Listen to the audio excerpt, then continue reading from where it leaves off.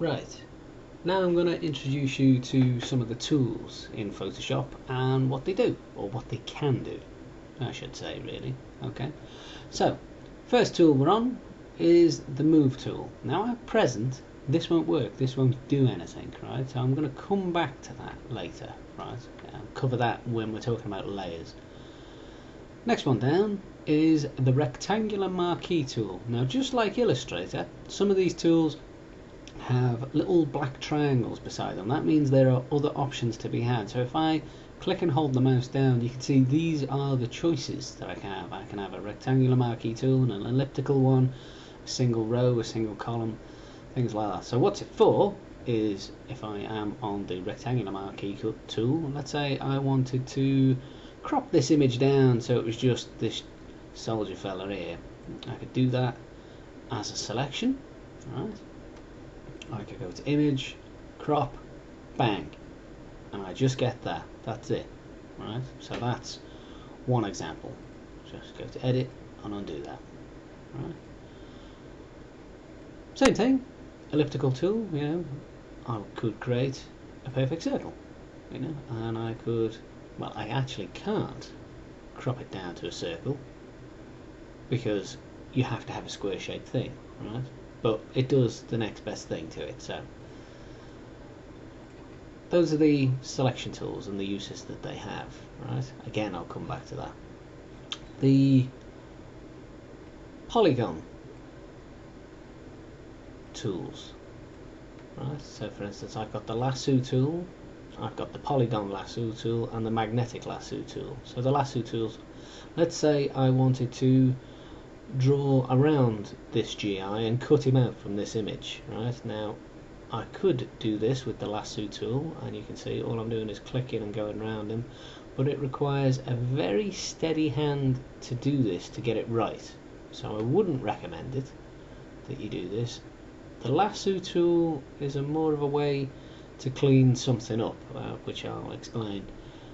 But if I was to go all the way around the guy and back to where I started, you can see it's created this selection for me. And if I was to go to edit and cut, bang, he's been cut out from the picture, right? I'll undo that. Now to get rid of that selection, that dotted line, what I need to do is I need to click somewhere else on the photograph, and there you go, it's been deselected, right? If I go back to this selection, the polygon lasso tool, if I click that, does the same type of thing, except it creates straight lines, so the freehand element is taken out. So you can see here I can go around this tank looking thing a little easier because I'm getting a nice selection going on. So I'll just go around this very quick. I'll skip this guy, doesn't matter, I'm only doing it rough. So right the way round, and again back where I started, and it's done that for a selection, which again I could cut out or move or whatnot. That is actually a good point. If I was to go to the Move tool now, you can see the area is selected and it's got this box around it. The box is only visible on the Move tool because I have Show Transform Controls selected. If I take that off, it disappears. I say always have that box checked. It's always helpful to work with. What's it for? Well, I can resize my Jeep tank thing, right? I could edit it down like that. Obviously you can see that it's made a mess of the photograph. I could rotate it, do as I will with it, right? Obviously whatever selections you do, you've got to select, you know, that you want to commit to these, right? Or cancel it. I don't want to do that, so I'll cancel it.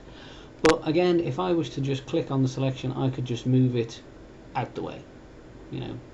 Likewise, I could, you know, copy and paste it so that I have 2 cars, 3 cars, 4 cars, 5 cars, so on and so forth, right? I'll undo that. I'll undo that. Right. The final one on the lasso tool, the magnetic lasso tool. providing there is an area of decent contrast, this one, which is quite cool, will hug the outline of the thing for you, right? So you can see I'm going around this soldier boy, and I'm only going close to the line, but the line is kind of automatically hugging to him, so like it says, like a magnet, it's just going quite near him. So I'll go right the way around him very roughly, back to where I started, click, and that's a tighter line than the one I drew, but there's still problems with it. So if I were to go down to the magnifying glass and I was to click and drag over that shoulder, for instance, you see where it's chopped off that shoulder. So I would go to the lasso tool and I would hold the shift key, which as you can see it creates a little plus by the lasso, and I would maybe draw in the bit that I've missed to get the selection. Maybe I've gone a bit too far out. Yeah, I'll do it to the extreme. I've gone a bit too far out and I want to get rid of that bit of selection, so I hold the Alt button while I'm on the selection tool, and I can use that to take that away, so I get a cleaner selection, if you see what's happening there. I can go back to the zoom tool and I can hold Alt to zoom out just by clicking, or the shortcuts for the zoom tool are Control and minus to zoom out, Control and plus to zoom in, or Control and 0 to return to how it is. So that's the marquee tool and the lasso tool, right? The other one, which is of a similar nature, the magic wand. Now the magic wand is maybe for selecting areas of colour. So let's say I wanted all of the sky, right?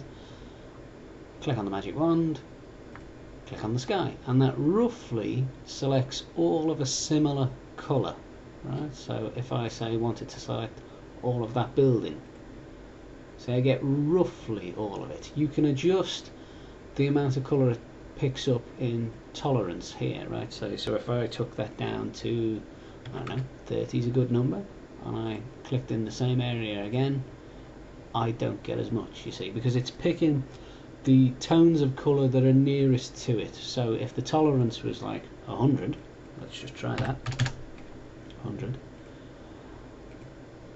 as you can see it's selecting a hell of a lot of colours. But if I knock that down to 10, the tolerance down to 10, and did the same selection, it's only selecting a relatively small area. So the magic wand tool has its uses.